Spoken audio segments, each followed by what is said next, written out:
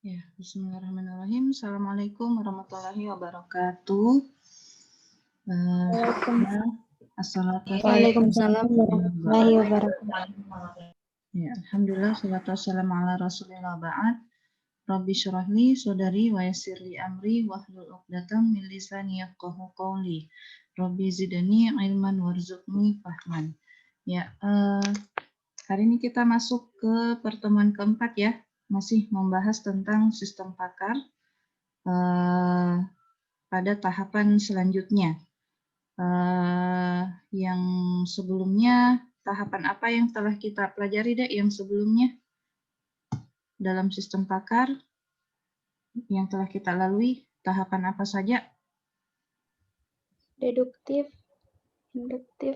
Istilahnya atau materinya, judul materinya apa? Apa lagi? Apa?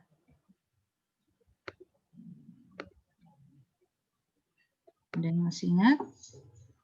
Teknik inferensi.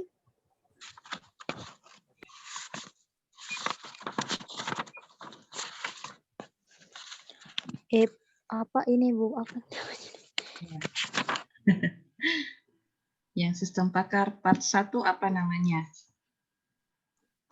Yang interferensi, representasi pengetahuan. Iya, diagnosis, Bu. representasi pengetahuan atau basis pengetahuan, ya. Itu tahap pertama dalam sistem pakar. Tahapan kedua apa, Dek? Yang pekan lalu kita pelajari? Teknik inferensi. Iya, teknik inferensi dengan forward chaining atau backward chaining, ya. Iya, nah selanjutnya di dalam sistem pakar, selain teknik inferensi, forward chaining, dan backward chaining, ada juga namanya metode inferensi dengan ketidakpastian. Ya, nanti kita lihat kapan kita menggunakan inferensi dengan metode ketidakpastian tersebut. Nah, jadi judul kita hari ini adalah ketidakpastian sistem pakar berbasis rule. Nah, apa yang dimaksud dengan ketidakpastian? Yaitu informasi atau data yang diperoleh tidak begitu lengkap. Nah, kemudian data yang diperoleh tidak dapat dipercaya sepenuhnya. Kemudian data yang kita dapatkan berasal dari berbagai sumber dan saling bertolak belakang. Ya, misalnya Anda ke pakar 1, dia bilang A, pakar kedua dia bilang B. Nah, itu. Jadi ini salah satu alasan kuat kenapa data yang kita kumpulkan atau basis pengetahuan yang telah kita kumpulkan itu menjadi sesuatu yang tidak pasti. Kemudian data yang dikumpulkan masih bersifat typical atau mirip, kemudian bahasa penyajiannya kurang tepat atau masih kurang dimengerti oleh si user nantinya ketika kita bikin aplikasinya. Nah, kemudian adapun ketidakpastian dalam proses inferensi atau rule yang kita susun ya kemarin, itu maksudnya adalah rule hanya mewakili pengamatan pakar saja. Kemudian yang kedua, rule didesain dapatnya dari orang tuh yang BPT yang di PDF kan tuh. Ya, oke, bisa di-mute dulu deh. Nah, kemudian rule didesain untuk kebutuhan semua orang, yang bisa jadi tidak sesuai bagi salah satu orang. Nah, jadi boleh jadi rule yang telah kita susun sebelumnya itu masih belum mewakili untuk semua orang, ya, karena berbeda-beda antara satu orang dengan orang yang lain mungkin kondisinya. Nah, jadi kita membutuhkan ketidakpastian dalam teknik inferensi pada sistem pakar yang akan kita gunakan atau kita buat dan rancang nantinya. Nah, adapun strategi penyelesaian konflik yang kita dapatkan tadi sebelumnya, apakah itu dalam hal ketidakpastian data atau ketidakpastian dalam proses inferensi, maka ini ada beberapa strategi penyelesaian konfliknya. Yang pertama, jangan ada duplikasi data, ya, ataukah duplikasi rule. Nah, jadi maksudnya tidak boleh memicu sebuah rule dua kali menggunakan fakta yang sama, misalnya. Kemudian yang kedua, resensi. Artinya fakta yang paling baru dalam memori kerja harus digunakan dalam memilih rule. Kemudian yang ketiga, pilih yang spesifik. Fakta yang lebih spesifik harus digunakan dalam memicu rule atau membangkitkan rule tersebut.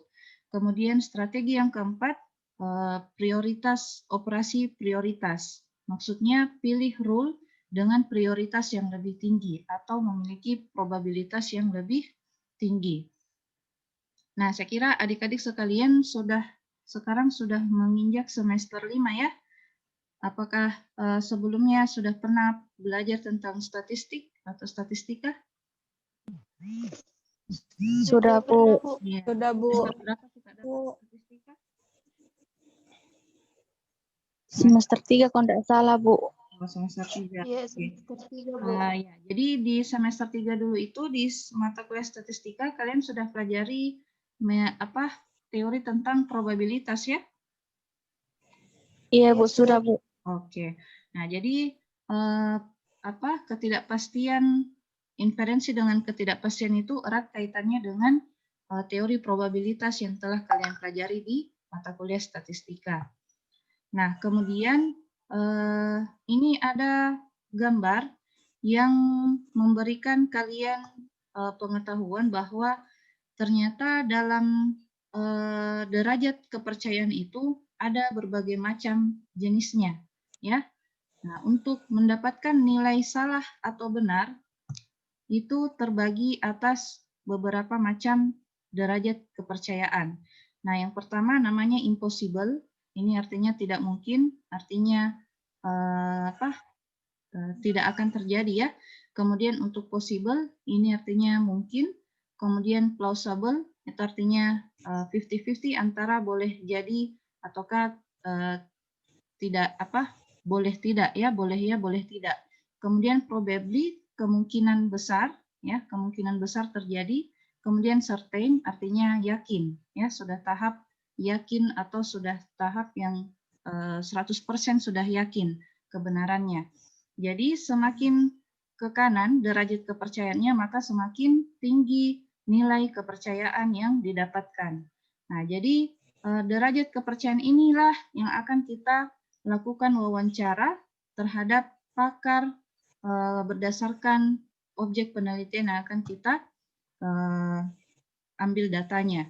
Jadi kita akan bertanya ke pakar apakah ini mungkin terjadi, apakah ini bagaimana derajat keyakinannya, maka pakar yang bisa menjawab ini deh. Jadi kita cuma memindahkan apa yang dijawab oleh pakar tersebut menjadi sebuah nilai, kemudian diproses dalam sistem pakar yang akan Anda rancang atau bangun. Nah, kemudian inferensi dengan ketidakpastian dalam AI itu bisa digambarkan dalam 3 tahap. Untuk langkah yang pertama, representasi ketidakpastian dari basic set of events. Ya, ini representasi pengetahuan ya. Nah, kemudian langkah yang kedua, mengkombinasikan antara informasi yang tidak pasti tersebut. Ya, kemudian kita kombinasikan, kemudian baru kita boleh memilih atau bisa memilih teknik inferensi yang akan kita gunakan.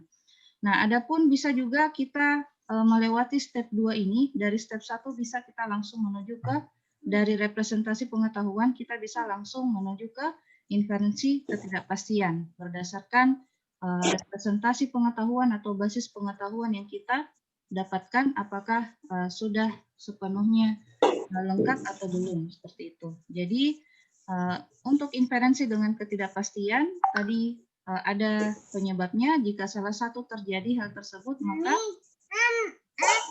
maka sudah bisa kita menggunakan metode inferensi ketidakpastian, salah satu yang terdiri atas beberapa macam metode. Nah, kemudian representasi ketidakpastian numerik. Nah, kita lihat dulu beberapa nilai atau numerik berdasarkan representasi ketidakpastian ini. Jadi ada 2 model skala yang bisa kita gunakan, apakah 0,1, apakah 0 sampai 100. Nah, untuk 0 sampai 1 itu nilainya sangat tidak pasti ya. Nah, artinya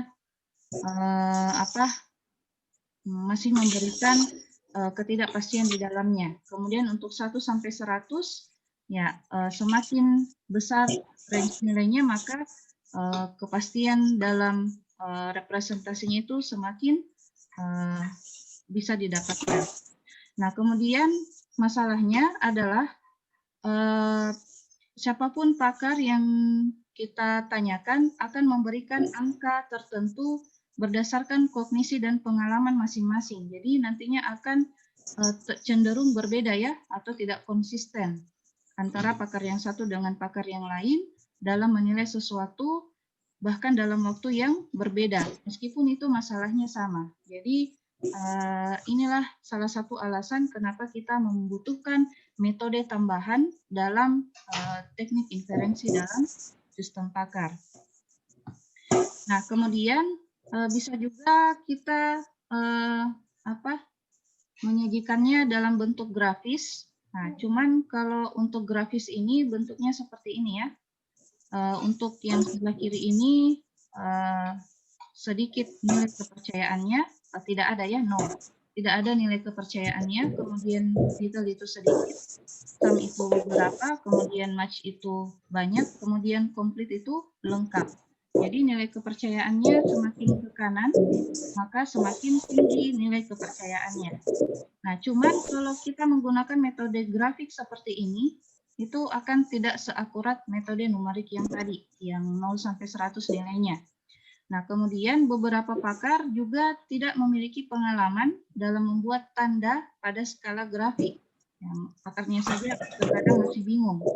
Nah, kemudian beberapa pakar juga tidak biasa memberikan angka dalam skala. Ya, mereka lebih suka memberi ranking. Ya, misalnya ini pasti terjadi, ini kemungkinan terjadi, yang ini tidak mungkin terjadi, seperti itu. Nah, jadi diberikan beberapa pilihan metode inferensi dengan ketidakpastian, ada beberapa cara.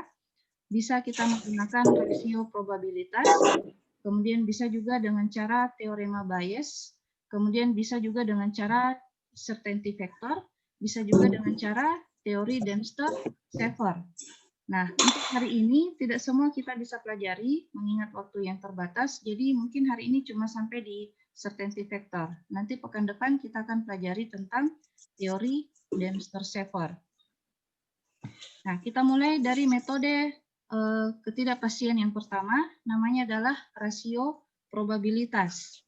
Ya, jadi kembali lagi mengingatkan bahwa probabilitas itu menunjukkan kemungkinan sesuatu akan terjadi atau tidak.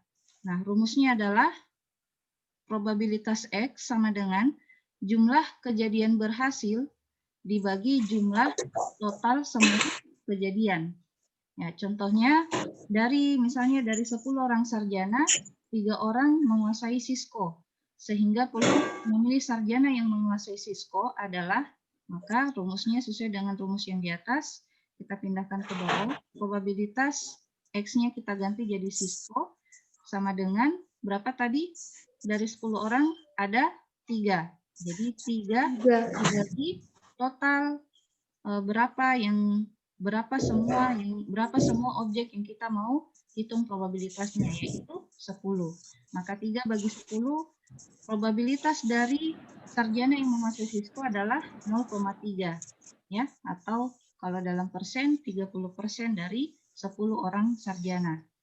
Nah, kemudian saya lanjutkan untuk selain probabilitas, ada juga namanya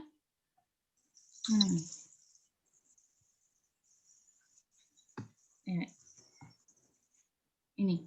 Nah, ada juga namanya probabilitas bersyarat. Tampil gini deh PDF-nya. Tampil, Bu. Iya, Bu. Oke, iya. Jadi ini dari buku saya foto, Nas, dari buku Kecerdasan Buatan. Saya foto, kemudian saya tampilkan di sini dalam bentuk PDF. Nah, kemudian selain probabilitas sederhana yang tadi kita pelajari, ini ada juga namanya probabilitas bersyarat. Ya, maksudnya jika peluang A menyatakan probabilitas kejadian A, PB menyatakan probabilitas kejadian B, dan probabilitas A dan B terjadi bersama-sama disimbolkan oleh P A iris B, jadi ini simbol iris ya, atau bisa juga dibalik P dalam kurung B iris A. Probabilitas bahwa kejadian A terjadi jika kejadian B terjadi terlebih dahulu disebut probabilitas bersyarat, ya. Jadi maksudnya ini kita bisa melihat probabilitas atau peluang dari suatu kejadian A berdasarkan kejadian B. Nah, maka penulisannya simbolnya seperti ini, P, A, B, dan besarnya adalah P, maksudnya probabilitas A bersyarat B ya, dan besarnya atau rumusnya adalah seperti ini. Probabilitas A syarat B sama dengan probabilitas A iris B dibagi probabilitas B. Jadi kalau A-nya duluan baru B, maka yang menjadi penyebut adalah peluang B. Nah, kemudian jika kebalikannya, maksudnya Moki menghitung probabilitas kejadian B jika kejadian A terjadi terlebih dahulu, maka seperti ini rumusnya dibalik ya. Probabilitas B syarat A sama dengan P dalam kurung A iris B ya, ini salah-salah ini harusnya B. P peluang A iris B dibagi peluang A. Jadi yang mana yang menjadi syarat atau yang mana yang menjadi yang disebutkan yang kedua, maka itu yang menjadi penyebut. Nah, seperti itu. Nah, kemudian ya, karena berdasarkan dari persamaan pertama dan persamaan kedua ini bisa kita bisa kita gabung sehingga menjadi persamaan berikutnya, yaitu probabilitas A syarat B sama dengan probabilitas B syarat A dikali probabilitas A dibagi probabilitas B. Nah, bisa juga seperti ini. Ya, kalau misalnya tidak diketahui bagaimana probabilitas antara A dengan B. Nah, maka bisa kita kerjakan dengan cara seperti ini. Nah, contohnya peluang Dila terkena cacar dengan syarat Dila mempunyai bintik-bintik di wajah adalah 0,8. Nah, kita lihat ini bentuk matematikanya seperti ini. Kita lihat dalam bentuk rule. Ya. If jika Dila mempunyai bintik-bintik di wajah, berarti ini yang menjadi jika ya. Maka, nah ini yang menjadi maka Dila terkena cacar. Nah, dalam kurung 0,8.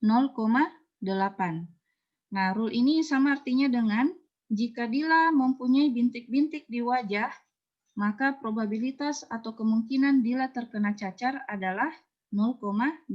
Jadi ini adalah nilai probabilitas untuk rule tersebut. Ya, jadi nanti setelah kalian membuat rule-rule atau basis pengetahuan dari tugas yang Ibu berikan, selanjutnya kalian akan memberikan nilai probabilitas atau kemungkinan untuk masing-masing rule yang telah kalian buat sebelumnya. Ya. Nah, kemudian ya itu dengan cara probabilitas ya, atau probabilitas bersyarat. Kemudian ini berikutnya metode yang kedua yaitu teorema Bayes. Nah, cuman kekurangannya kalau di probabilitas itu kita tidak bisa kita harus menanyakan ke pakar, itu juga pakar akan bingung bagaimana nilai probabilitas yang bisa diberikan. Jadi untuk metode probabilitas ini jarang yang menggunakan dalam membangun sistem pakar. Nah, nanti mereka akan gunakan untuk metode-metode yang berikutnya. Itu lebih detail dan lebih bisa dipercaya oleh user nantinya. Nah, kemudian metode yang kedua tadi namanya adalah teorema Bayes. Nah, untuk teorema Bayes ini juga menerapkan teori probabilitas di dalamnya ya. Nah, cuman ada banyak macam teorema Bayes yang bisa kita gunakan. Yang pertama itu untuk bentuknya yang berbentuk, yang pertama ini adalah evidence tunggal dan hipotesis tunggal. Jadi maksudnya kalau evidence itu biasanya gejala ya, jika, yang menjadi jika. Kemudian yang menjadi hipotesis atau yang then atau yang makanya itu juga tunggal, maka kita bisa menggunakan teorema Bayes bentuk yang pertama. Evidence tunggal, hipotesis tunggal. Nah, rumusnya adalah probabilitas hipotesis H terjadi jika evidence E terjadi. Ya, atau probabilitas H syarat E sama dengan probabilitas E syarat H dikali probabilitas H dibagi probabilitas E. Nah, H ini maksudnya adalah probabilitas hipotesis H terjadi jika evidence E terjadi. Untuk probabilitas E syarat H, maksudnya adalah probabilitas munculnya evidence E jika hipotesis H terjadi. Kemudian probabilitas H maksudnya adalah probabilitas hipotesis H tanpa memandang evidence apapun. Kemudian probabilitas E maksudnya adalah probabilitas evidence E tanpa memandang hipotesis apapun. Nah, untuk lebih jelasnya kita lihat contohnya. Diketahui peluang demam sama dengan 0,4, kemudian peluang muntah sama dengan 0,3. Kemudian peluang demam syarat muntah, artinya jika muntah maka demam, senilai 0,75. Maka berapa nilai dari peluang muntah syarat demam? Nah, kita bisa hitung menggunakan rumus yang di atas tadi ini. Yang mana yang menjadi H? Yang mana yang menjadi H? Demam. Demam, ya. Kemudian yang menjadi E adalah muntah. Nah, berarti ini adalah PHE. Iya, PH syarat E. Nah, berarti ini yang diketahui, dan ini yang diketahui. Yang ditanyakan adalah probabilitas apa? E syarat H, yaitu peluang muntah syarat demam. Nah, bagaimana caranya? Iya. Kita lihat.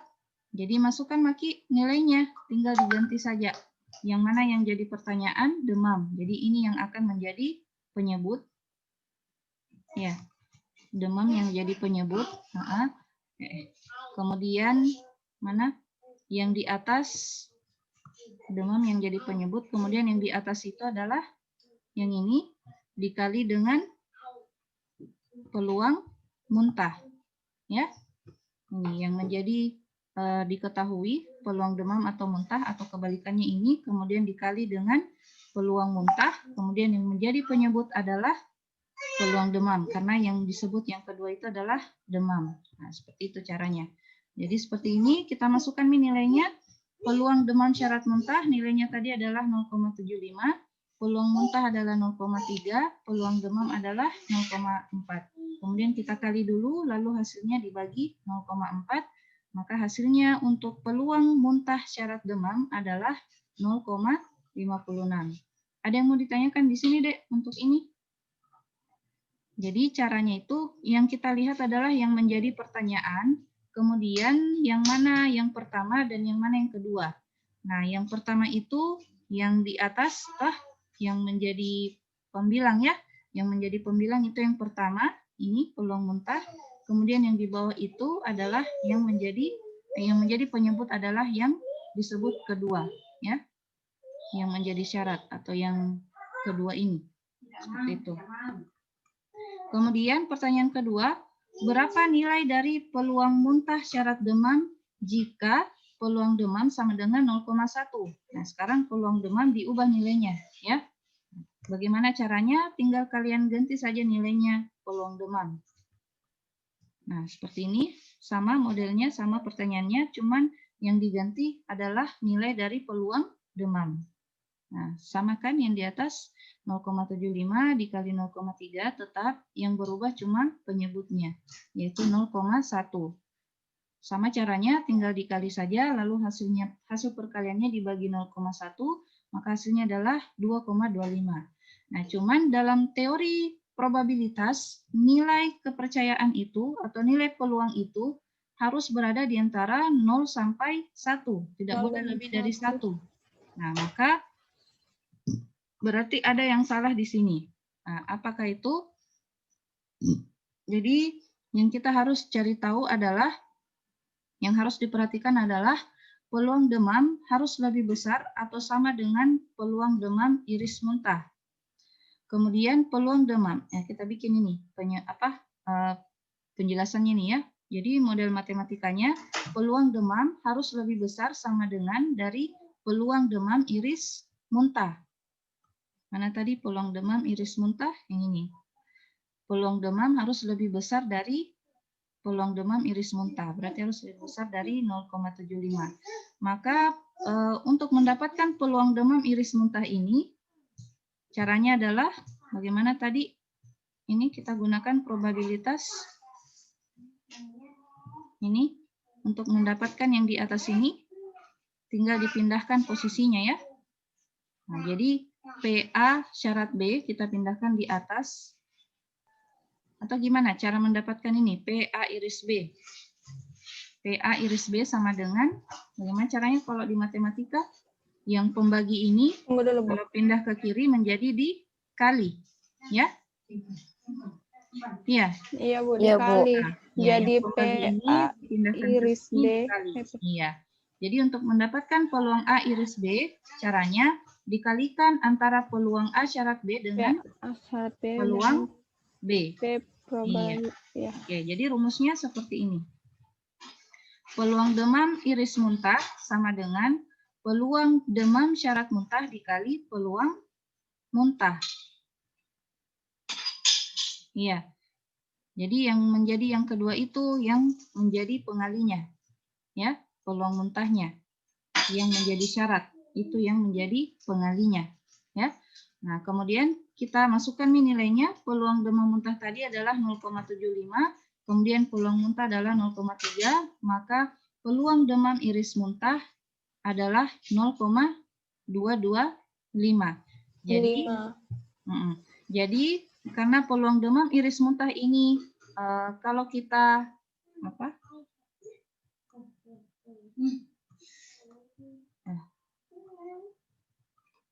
jadi peluang demam lebih besar sama dengan 0,225 ya. Berdasarkan yang ini tadi kita lihat, peluang demam harus lebih besar atau sama dengan peluang demam iris muntah.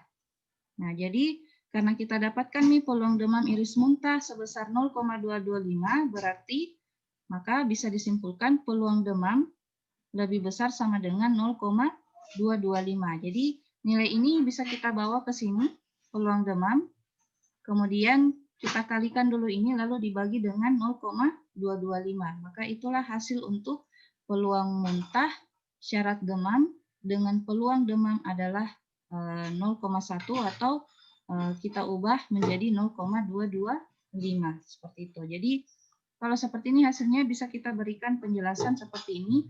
Untuk nilai peluang demam 0,1 tidak memenuhi syarat sehingga menghasilkan perhitungan yang salah. Jadi seharusnya peluang demam itu lebih besar sama dengan 0,225 seperti itu. Sampai di sini bisa dipahami untuk teorema Bayes yang bentuk pertama, evidence tunggal dan hipotesis tunggal. Bisa, Dek? Bisa, Bu. Ya. Selanjutnya kita ke teorema Bayes bentuk yang kedua. Evidence-nya tunggal tapi hipotesisnya ganda. Ya. Artinya yang menjadi jikanya itu cuma satu tapi then-nya atau makanya itu lebih dari satu. Nah, kita lihat bagaimana rumusnya. Peluang H syarat E sama dengan peluang E syarat HI dikali peluang HI dibagi sigma K sama dengan 1 sampai N, peluang E syarat HK dikali peluang HK. Nah, kita lihat penjelasannya. Peluang HI syarat E maksudnya adalah probabilitas hipotesis HI terjadi jika evidence E terjadi. Kemudian peluang E syarat HI maksudnya probabilitas munculnya evidence E jika hipotesis HI terjadi. Kemudian peluang HI artinya adalah probabilitas hipotesis HI tanpa memandang evidence apapun. Kemudian N, ya, yang N ini yang di atasnya sigma, jumlah hipotesis yang terjadi. Nah, yaitu untuk bentuk yang kedua. Ya, adapun contohnya, kalau ini contoh untuk evidence ganda dan hipotesis ganda. Ya, kita lihat lagi bentuk yang ketiga. Teorema Bayes bentuk yang ketiga yaitu evidence ganda dan hipotesis ganda. Nah, rumusnya peluang hipotesis ganda syarat evidence ganda sama dengan peluang evidence ganda atau E ganda syarat HI dikali peluang HI dibagi sigma sama dengan K sama dengan 1 sampai N peluang evidence E ganda syarat HK dikali peluang HK. Nah, untuk mengaplikasikannya, ya kita lihat dulu semua kombinasi yang mungkin terjadi ya antara seluruh evidence dengan seluruh hipotesis. Ya, untuk praktisnya bisa kita lihat persamaan berikutnya. Jadi masing-masing evidence ganda ini dikali masuk dengan hipotesisnya, ya hipotesis I. Jadi sama aja ini di depannya, ya yang menjadi pertanyaan atau yang mau dicari peluang HI syarat evidence ganda sama dengan peluang evidence 1 syarat HI dikali peluang evidence 2 syarat HI. Jadi ini dikeluarkan ke masing-masing ini, ya dikalikan dengan bukan dikali, tapi cocoknya dikeluarkan dipasangkan masing-masing ke seluruh hipotesis, seluruh evidence ke seluruh hipotesis, lalu semuanya dikali, ya. Jadi PE1 syarat H1 HI dikali PE2 syarat HI dikali sampai dengan P evidence M syarat HI kali baru dikali ini. Peluang yang terakhir yaitu peluang HI. Dibagi, nah begitu juga ini, kita keluarkan ke masing-masing ini atau kita pasangkan masing-masing evidence dengan seluruh hipotesis. Jadi peluang evidence 1 syarat HK dikali peluang evidence 2 syarat HK dikali bla bla bla sampai peluang evidence M syarat HK baru dikali dengan yang menjadi rumus berikutnya yaitu kali PHK. Nah, untuk supaya bisa kita pahami ini, kita lihat contohnya. Nah, tabel berikut menunjukkan tabel probabilitas bersyarat evidence berarti ini evidence ganda ya karena lebih dari satu dan hipotesis HI. Lebih juga hipotesis ganda juga karena ada H1, H2 dan H3. Nah, misalkan pertama kali kita hanya mengamati evidence E3. Hitung probabilitas terjadinya hipotesis H1 jika semula hanya evidence E3 yang teramati. Hitung probabilitas terjadinya hipotesis H2 jika semula hanya terjadi evidence E3. Jadi semua evidence E3 yang teramati ya. Yang mau diketahui peluang atau probabilitas dari masing-masing hipotesis, yaitu hipotesis 1, hipotesis 2 dan hipotesis 3. Nah, kita lihat di sini tabel probabilitasnya untuk peluang HI, PHI dengan I ini evidence ya. Ya. Evidence atau apa ini I-nya? Indeksnya ya. Untuk indeks ke-1 peluang dari HI atau hipotesis I nilainya adalah 0,40. Kemudian peluang hipotesis I untuk I sama dengan 2 nilainya adalah 0,35. Probabilitas atau peluang HI untuk I sama dengan 3 adalah 0,25. Ini kalau dijumlahkan berapa nilainya ini, Dek? 0,40 tambah 0,35 tambah 0,25 berapa, Dek?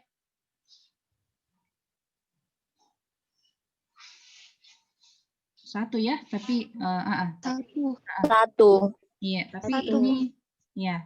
Jadi ini tidak dibilang menunjukkan bahwa semua penjumlahan antara I1 sampai I sekian itu harus satu, tidak ya. Nah, kemudian peluang apa ini? Evidence 1 syarat HI ya. Jadi untuk evidence 1 syarat HI untuk indeks sama dengan 1 nilainya adalah 0,3, untuk indeks sama dengan 2 0,8, indeks sama dengan 3 0,5. Kemudian untuk peluang evidence 2 syarat HI untuk indeks 1 0,9, I sama dengan 2 0, kemudian I sama dengan 3, 0,7. Kemudian peluang evidence 3 ini, Dik, salah ini. Evidence 3 syarat HI dengan indeks sama dengan 1, 0,6, indeks sama dengan 2, 0,7, indeks sama dengan 3, 0,9. Nah, jadi sampai situ Ji tabelnya. Maka bagaimana caranya kita hitung ini? Ya, menggunakan rumus yang sebelumnya tadi. Nah, kita lihat, nah, persoalan ini adalah persoalan untuk teorema Bayes pada bentuk evidence tunggal dan hipotesis ganda. Nah, kita lihat tadi pertanyaannya, karena semua menggunakan evidence E3, jadi dikatakan ini evidence tunggal. Yang berbeda atau yang ganda adalah hipotesisnya. Maka kita gunakan ini, bentuk evidence tunggal dengan hipotesis ganda. Jadi kita gunakan rumus 47. Nah, ini. P, H, hipotesis I, syarat E, sama dengan P, E, H, I kali P, H, I. Ini, ya, yang menjadi pembilang, yang menjadi penyebut ini. Nah, ini. Oke. Nah, jadi persamaan berapa tadi kita pakai? Persamaan 47 atau bentuk evidence tunggal hipotesis ganda. Nah, selanjutnya kita masukkan nilainya. Untuk hipotesis yang pertama dulu. Peluang hipotesis pertama terjadi jika evidence E3 yang terjadi. Maka kita masukkan nih yang menjadi evidence yang diketahui, yaitu evidence E3, kemudian H1 yang mau ditanyakan, dikali P H1. Dibagi, kita lihat ini indeksnya dari K sama dengan 1 sampai N. Berarti apanya yang menjadi indeks? Yaitu hanya ya, sementara evidence-nya tetap E3. E3. E3. Yang menjadi K itu adalah untuk hipotesis. Ini adalah hipotesis 1 dikali P hipotesis 1 ditambah untuk hipotesis 2 kali hipotesis 2 tambah hipotesis 3 dikali hipotesis 3. Bisa kita pahami ini, Dek, yang menjadi pembilang sama semua Ji nanti pembilangnya seperti itu. Nah, H1 kali H1, H2 kali H2, H3 kali H3. Nah, yang berubah adalah pembilangnya. Salah, ini penyebut ya, salah sebut tadi, Dek. Sorry, ini penyebut. Penyebutnya nanti untuk semua pertanyaan sama Ji, yang berbeda tinggal pembilangnya. Yang mana yang diganti yaitu hanya. Yang mana yang menjadi pertanyaan, maka itu yang menjadi pembilang. Ya, ini H1 H1, ini H2 H2, ini salah ini. Harusnya H3, ini juga H3. Salah ini, nah, salah tulis. H3, H3, H3. Nah, selanjutnya kita masukkan nilainya. Peluang evidence E3 terjadi jika hipotesis pertama diketahui. Mana nih? Apa tadi? Peluang E3 H1. Kita lihat di tabel. E3 ini E3 H1. Berarti yang ini tah? Baca Mi. 0,6. P E3 H1. Berarti 0,6. Iya, Bu. Iya, masukkan lagi 0,6. Dikali PH1. PH1 berarti indeks 1 0,4. 0,4. Dibagi, masukkan makin nilainya ini masing-masing berdasarkan tabel. Nah, kita lihat. P3H1 ini tadi toh, tinggal turunkan saja 0,6. Dikali PH1, PH1 sama Ji, berarti turunkan saja 0,4. Ini kasih dalam kurung ini nah, karena ini adalah perkalian. Lalu tambah dalam kurung lagi, ya dalam kurung. P3H2. E3H2 berarti 0,7. 0,7. Iya, mana nih? Ini 0,7. Dikali peluang H2. Peluang H2 berarti 0,35. Ya, tutup kurung, lalu tambah lagi. Buka kurung, peluang E3H3. E3H3 berarti 0,9. Iya, 0,9 dikali peluang H3. Peluang H3 berarti 0,25. Ya, 0,25.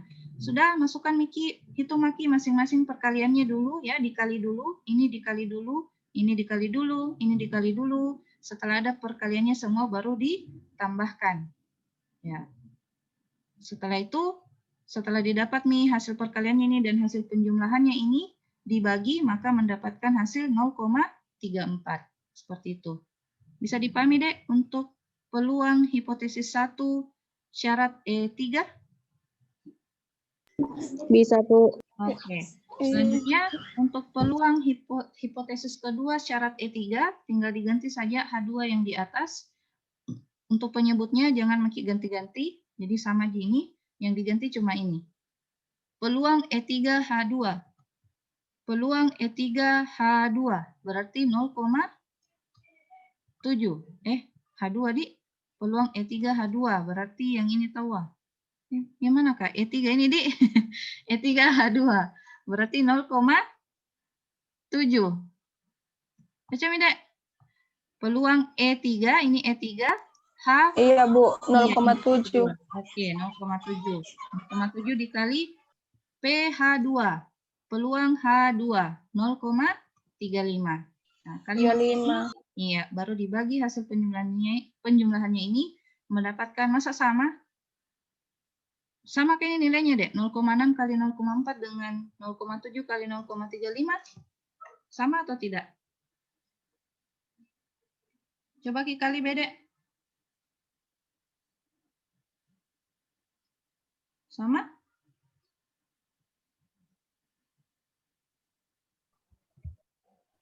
Yang 0,6 dikali 0,4 itu 0,24, Bu. Beda, Bu. Beda ya? Ini 0. Beda, Bu, hasilnya. Iya, Bu. Ini berapa, Dek?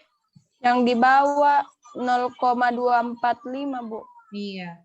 Jadi tetap nanti kita bagi dengan ini. Mungkin ini setelah pembulatan ya.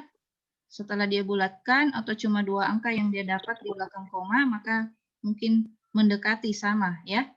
Jadi ya tidak apa-apa kalau memang seperti ini hasilnya. Tapi karena berbeda di atasnya ya setidaknya ambil lagi 1 angka di belakangnya supaya ada perbedaan. Nah, seperti itu.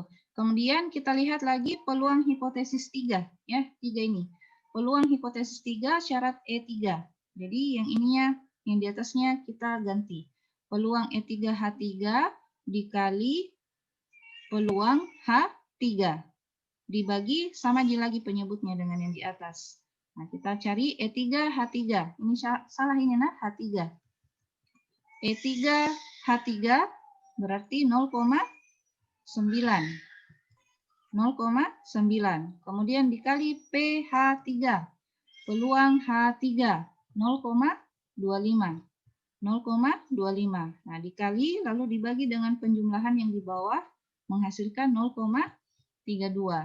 Jadi apa tadi disuruh? Disuruh dihitung toh? Jadi itu hasilnya masing-masing. Probabilitas untuk hipotesis 1 0,34, hipotesis 2 0,34, hipotesis 3 0,32. Jadi tampak bahwa setelah evidence E3 teramati, kepercayaan terhadap hipotesis H1 berkurang dan menjadi sama dengan kepercayaan terhadap H2. Kepercayaan terhadap hipotesis H3 bertambah, bahkan hampir sama dengan H1 dan H2. Nah, kemudian apa lagi nih? Misalkan setelah diamati evidence E3, kemudian teramati pula evidence E1, hitung lagi probabilitasnya untuk masing-masing hipotesis jika evidence E1 yang teramati. Ya, sama aja caranya, Dek. Tinggal diganti apanya? Tinggal diganti apanya di sini? Nilai? Nilai evidence-nya. Iya, yaitu evidence 1. Nah, berarti yang ini lagi yang kita lihat. Toh? Ini. Dikali dengan ini. Seperti itu. Nah, menghasilkan seperti ini. Paham Jack ini, Dek? Ini ada 2 kita E-nya. Oh, ini berarti evidence-nya ganda. Ganda. Ganda tahu. Setelah kita amati evidence E3, kemudian teramati pula evidence E1. Oh, berarti ini evidence-nya ganda. Maka kita gunakan rumus yang evidence ganda tadi ini. Rumus 49, yaitu E1HI dikali E2HI dikali sampai peluang evidence M HI. Kita lihat bentuknya. Mana nih? Yang di atas. Nih. Ya, jadi apa tadi? Evidence 1 dan evidence E3 tak? Nah, kita masukkan dulu rumusnya. Peluang HI, HI-nya kita berikan indeks karena ini yang mau dihitung. Evidence 1, evidence 3. Nah, masukkan maki di sini. Peluang evidence 1 syarat HI dikali peluang evidence 3 syarat HI dikali peluang HI. Dibagi, banyaknya pembaginya nanti pusing nah. Kita lihat dulu. E1 dipasangkan dengan H1, lalu E3 dipasangkan dengan H1. Dikali. Lalu dikali dengan PH1. Nah, ini untuk yang pertama. Ya, ini yang pertama. Buka kurung, tutup kurung di sini. Lalu tambah, buka kurung lagi. E1H2 dikali E3H2. Untuk hipotesis 2. Dikali PH2. Tutup kurung. Ya, jadi ini buka, ini tutup. Tambah, buka kurung lagi. Kalau sini H1, berarti sini H3. E1H3 dikali E3H3 dikali PH3. Tutup kurung. Mengerti Jak ini, Dek, yang menjadi penyebutnya? Iya, Bu. Oke, lanjut. Maka bisa kita hitung untuk pertanyaan yang pertama. Peluang hipotesis 1 untuk syarat E1, E3 sama dengan, masukkan maki rumusnya.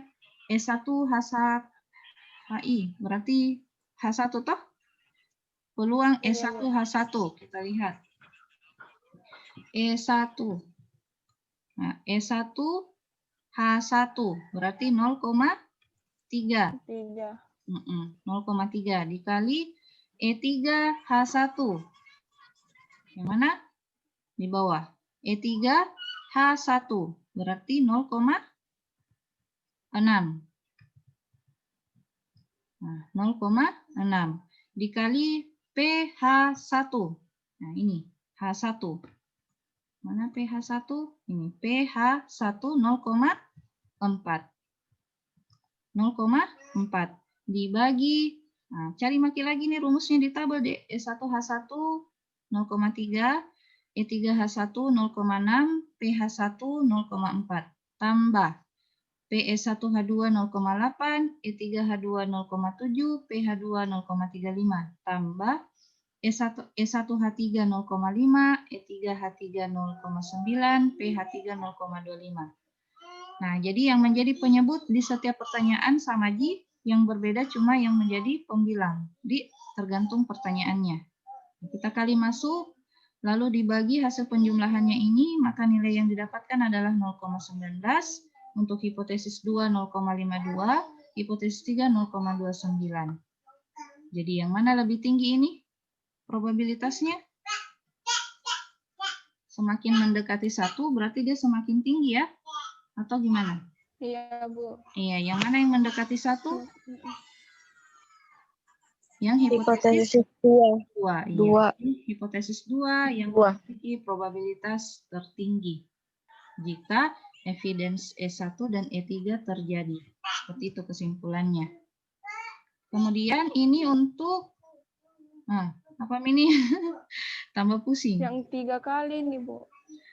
Misalkan setelah kita mengamati evidence E1, kemudian teramati pula adanya evidence E2. Nah, berarti E1, E2, evidence ganda. Hitung probabilitasnya jika terjadinya hipotesis H1, jika kemudian teramati pula, ini E2, E2, E2. Berarti sama aja tadi ya, cuman bertambah lagi. Tadi E1, iya, Bu. Ya, E3 bertambah lagi jadi E2, jadi tambah lagi di atasnya. Ini E1 HI kali E2 HI kali E3 HI, lalu dikali PHI. Tinggal kita tambahkan untuk evidence 2-nya, Dek. Di evidence 2, evidence 2. Sudah. Tinggal ditambah saja masuk nilai peluang untuk evidence 2-nya. Masing-masing untuk masing-masing hipotesis. Maka mendapatkan nilai seperti ini, yang mana yang paling tinggi? Hipotesis 3. 3. Probabilitas hipotesis 3 didapatkan hipotesis 3 yang lebih tinggi, yang paling tinggi jika evidence 1, evidence 2, dan evidence 3 diketahui atau teramati. Nah, itu untuk teori bias. Nah, jadi seperti ini penyelesaiannya. Evidence itu yang jika, H itu yang maka. Seperti itu, Dek. Sampai di sini bisa dipahami untuk teorema bias? Iya, Bu. Oke. Kemudian kita lihat dulu bagaimana ya. Sekarang waktu sudah menunjukkan 2.46. Kira-kira cukup waktunya untuk bahas certainty factor atau tidak ya? Ini certainty factor ini, Dek. Ada banyak.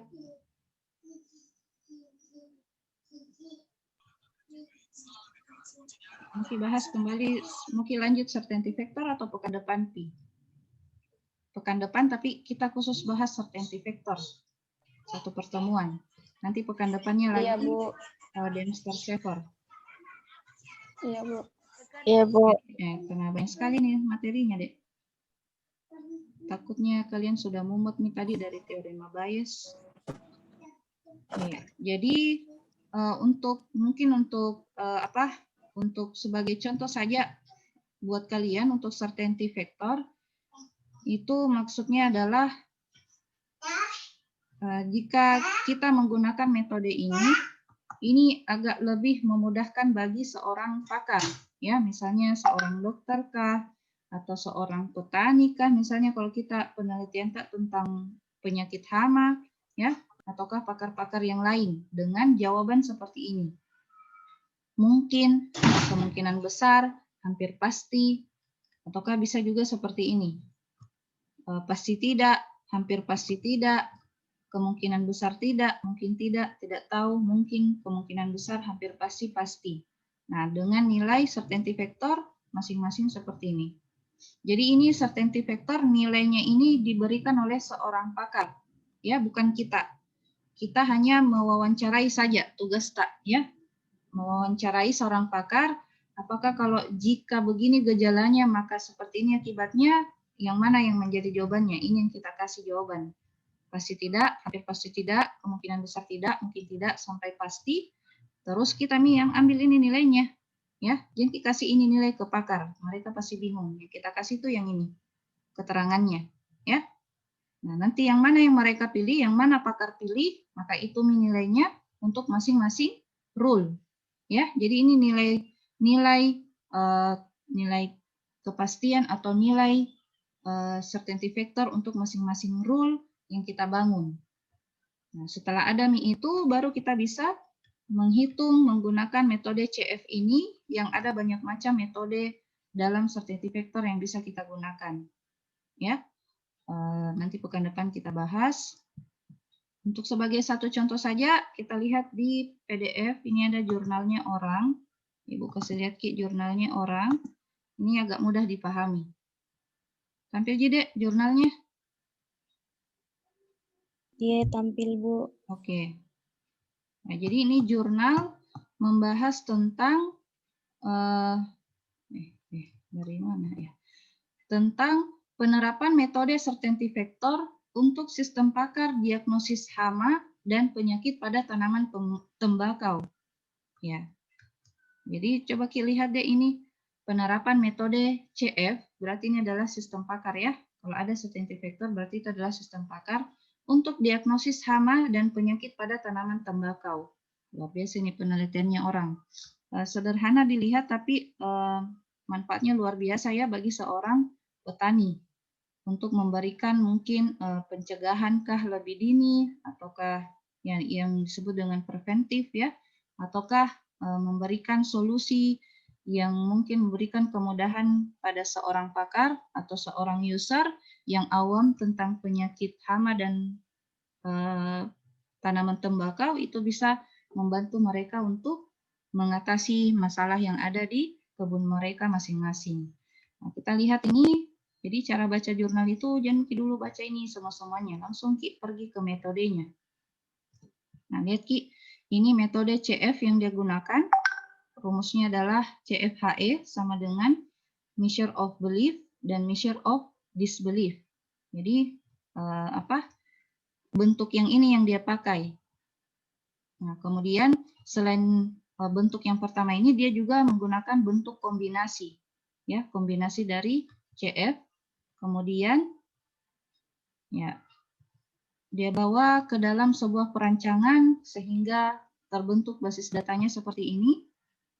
Kemudian kita lihat di sini ada user interface untuk inputan dari data hama dan penyakit.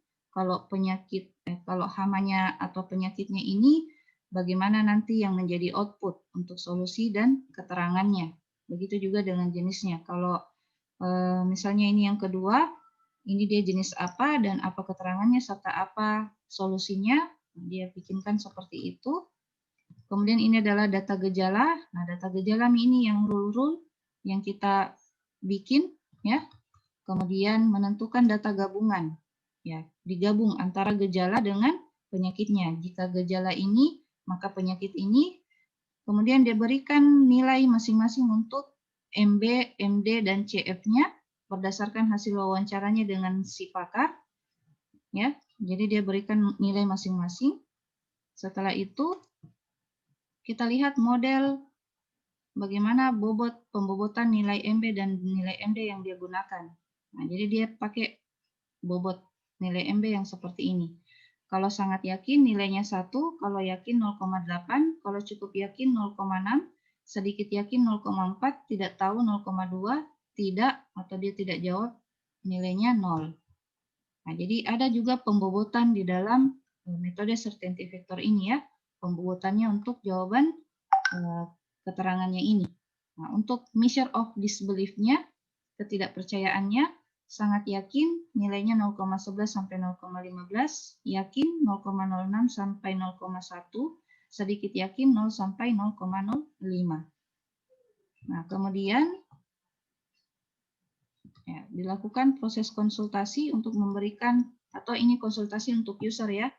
Jadi kita bikinkan form untuk user, yang mana yang dia checklist, yang mana yang dia pilih, gejala-gejala yang mana yang terjadi pada tanamannya pada saat itu.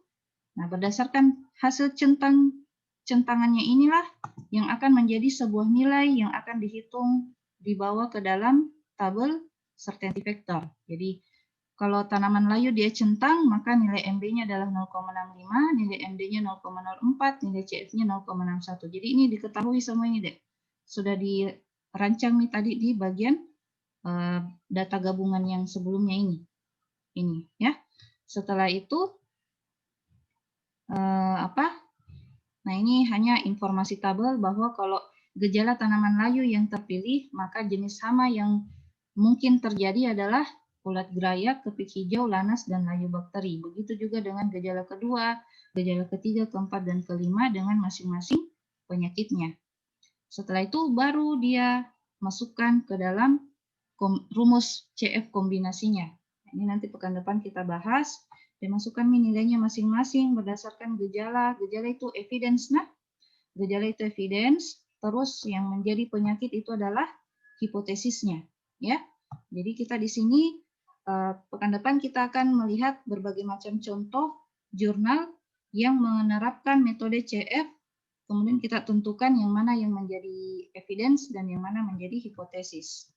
Nah, seperti ini dikasih masuk nilainya, ya, masing-masing evidence dan hipotesis menghasilkan persentase, dibandingkan nih semua berdasarkan hasil perhitungan manualnya ini, yang mana yang paling tinggi persentasenya, maka itu yang menjadi output nantinya.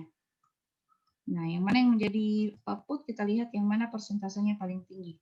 Untuk jika hipotesisnya lanas, 98,206%. Jika hipotesisnya spikel atau patik, maka persentasenya 94,96%. Jika hipotesisnya rebah semai, maka persentasenya 77, begitu seterusnya. Yang mana yang tertinggi, maka itulah yang menjadi output. Yang tertinggi adalah Lanas ya, karena 98,206%. Maka output dari hasil konsultasi user tersebut adalah hasil diagnosis dari konsultasi yang berdasarkan user pilih tadi, gejala-gejala yang dipilih oleh user adalah penyakit Lanas. Ya, jadi apa itu Lanas? Diberikan keterangan bla bla bla, solusinya ini berdasarkan yang kita bikin tadi sebelumnya dengan menampilkan persentase perhitungannya. Begitu juga untuk penyakit lain yang mungkin menjadi opsi penyakit yang kedua. Ya, jadi ini opsi yang pertama dengan persentase tertinggi. Hipotesis yang kedua itu ini, hipotesis di bawah atau ranking kedua dari perhitungan hipotesisnya, yaitu apa ini? Jamur, fatigue atau spikel, ya. Nah, maka diberikan nih output seperti ini kepada user. Nah, jadi sistem pakar seperti itu, Dek. User tinggal memilih apa yang menjadi gejala yang terjadi pada saat itu, tergantung kasus masing-masing user, kemudian sistem pakar yang mengolahnya menggunakan metode substantive vector sehingga menghasilkan output seperti ini. Nah, ada nilai kepastiannya, ada jenis bahwa ini adalah penyakit bukan hama, lalu ini adalah keterangannya, kemudian diberikan juga solusi-solusinya. Solusi apa yang bisa dilakukan oleh si user tersebut. Nah, seperti itu. Nah, jadi tergambar Miki sampai di sini, Dek. Apa itu sistem pakar? Apa manfaatnya itu sistem pakar? Bisa nih kita pahami, Dek? Halo? Halo? Iya, Bu. Iya. Iya, Bu. Jadi itu sedikit gambaran untuk CF, untuk perhitungannya nanti pekan depan kita belajar ya, kita jelaskan sama-sama. Nah, untuk menjadi bahan tugas sedikit supaya kalian bisa lebih paham tentang probabilitas dan apa tadi teorema Bayes, maka kita lihat ada soal di dalam buku. Saya belum foto kayaknya. Atau sudah ya?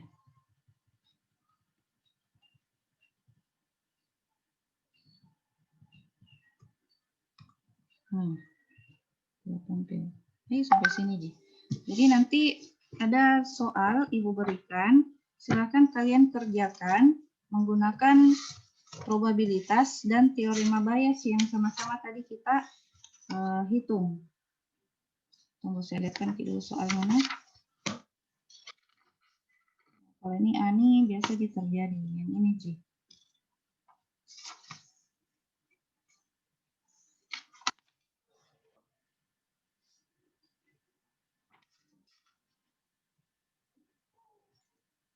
Yang nomor 12 jikanya kalian kerja nanti deh. Baru kalian ganti-ganti nilainya.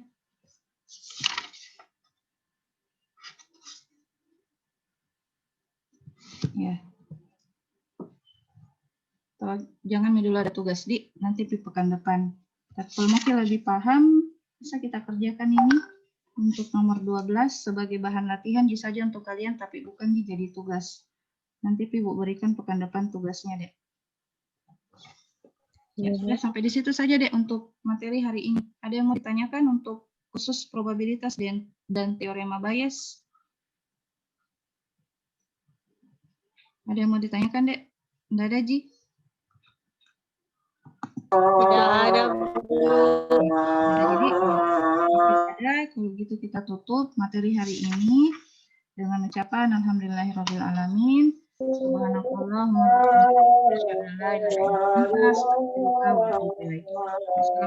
warahmatullahi wabarakatuh. Waalaikumsalam warahmatullahi wabarakatuh. Ya. Jangan lupa absen di kalam, Dek. Iya, Bu. Oke. See you.